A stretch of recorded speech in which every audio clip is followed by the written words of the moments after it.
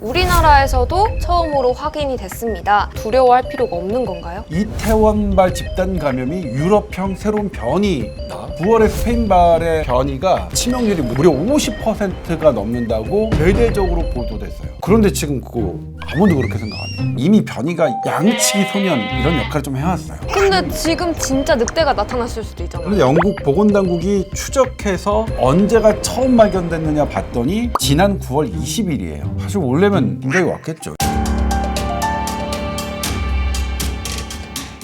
지난주 영국발 변이 바이러스에 대해서 얘기를 나눠봤는데 우리나라에서도 처음으로 확인이 됐습니다. 우리나라에서도 확산될 가능성이 있는 거죠.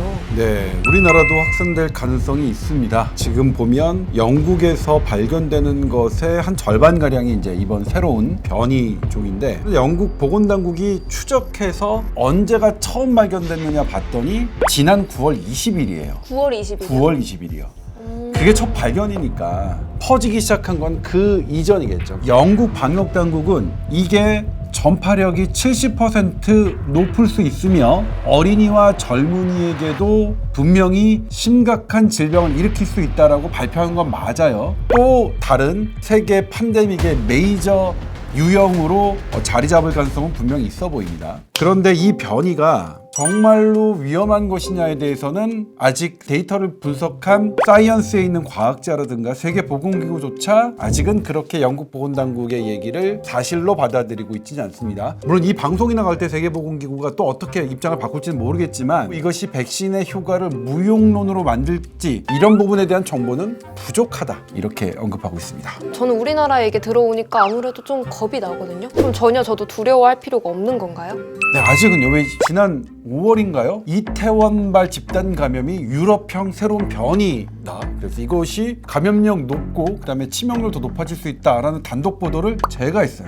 얼마 전 서울 이태원 클럽을 중심으로 퍼진 코로나19는 최근 연구에서는 B형보다 전염성이 강한 것으로 나타났습니다. 근데 지금 어떻게 됐죠 그거? 아무것도 아니고 9월에 스페인발의 변이가 정말로 전 유럽을 빠르게 퍼뜨리고 있으며 이것이 치명률이 무려 50%가 넘는다고 대대적으로 보도됐어요. 그런데 지금 그거 아무도 그렇게 생각 안 해요. 지금 뭐냐면 변이는 예의주시해요. 예의주시하는데 이미 변이가 양치기 소년 이런 역할을 좀 해왔어요. 근데 지금 진짜 늑대가 나타났을 수도 있잖아요. 뭐 그렇죠. 그러니까 예의주시해요. 그러니까 진짜로 늑대일 수 있으니 좀 더 잘 보긴 해야 돼요. 그런데 우리나라에서도 이제 코로나19 바이러스를 직접 배양하고 연구하는 연구팀이 몇 개 있어요. 제가 그 연구팀들에게 또 물어봤어요. 어떻게 생각하냐 지금 데이터 갖고. 다시 봐도 이거는 뭐 별거 아닌 것 같다고 말씀을 하세요. 하지만 이번이 진짜 늑대일 수도 있기 때문에 예의주시해야겠죠.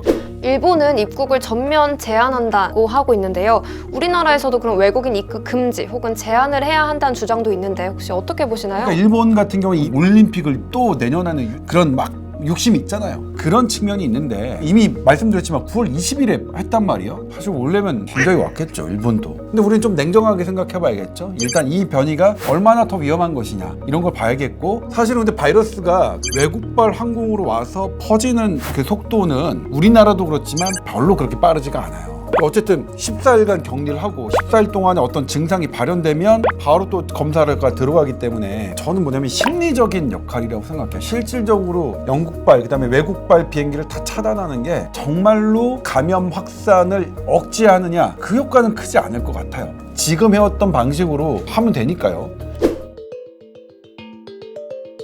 영국의 어떤 남부 지역이 있거든요. 거기를 중심으로 이 70%가 계산된 건데 근데 여기서 또 하나의 사이언스의 과학자가 언급한 건데 그 시기에 영국이 대대적으로 검사 건수를 늘렸어요. 그러니까 감염이 정말로 확산된 건지 빠르게 된 건지 검사 건수로 막 늘려서 그게 빨리빨리 확인된 건지 실은 감별할 수 없다는 게 이제 백신 얘기를 좀 해보겠습니다. 28일에 정부 브리핑이 있었는데요. 내년 2월부터 이제 의료기관 종사자들에게 접종을 시작한다고 했습니다. 이게 가능할까요? 가능은 할 거예요. 근데 이제 이 부분은 2월에 한 사람이 맞아도 접종은 시작일 겁니다. 그러니까 한 명은 아니겠죠. 10,000명이 맞아도 시작이고 100만 명이 맞아도 시작이고 1,000만 명이 맞아도 시작이니까.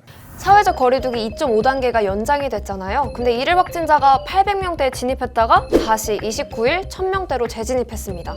앞으로 전망을 어떻게 보시나요? 지난번에 크리스마스 때 1200 몇 명대 사상 최대 신규 확진자가 나왔을 때는 조금 방역 당국으로서는 운이 없었던 게 구치소에서 집단 감염이 발생했었죠. 그 요소가 좀 있었고요. 그게 조금 해결되면 다시 조금 낮아질 것 같은데, 왜냐면 이제 지난주에 휴대전화 이동량을 봤더니 역대 최저였어요. 그러니까 우리 국민들께서 정말로 많이 노력해주고 계세요.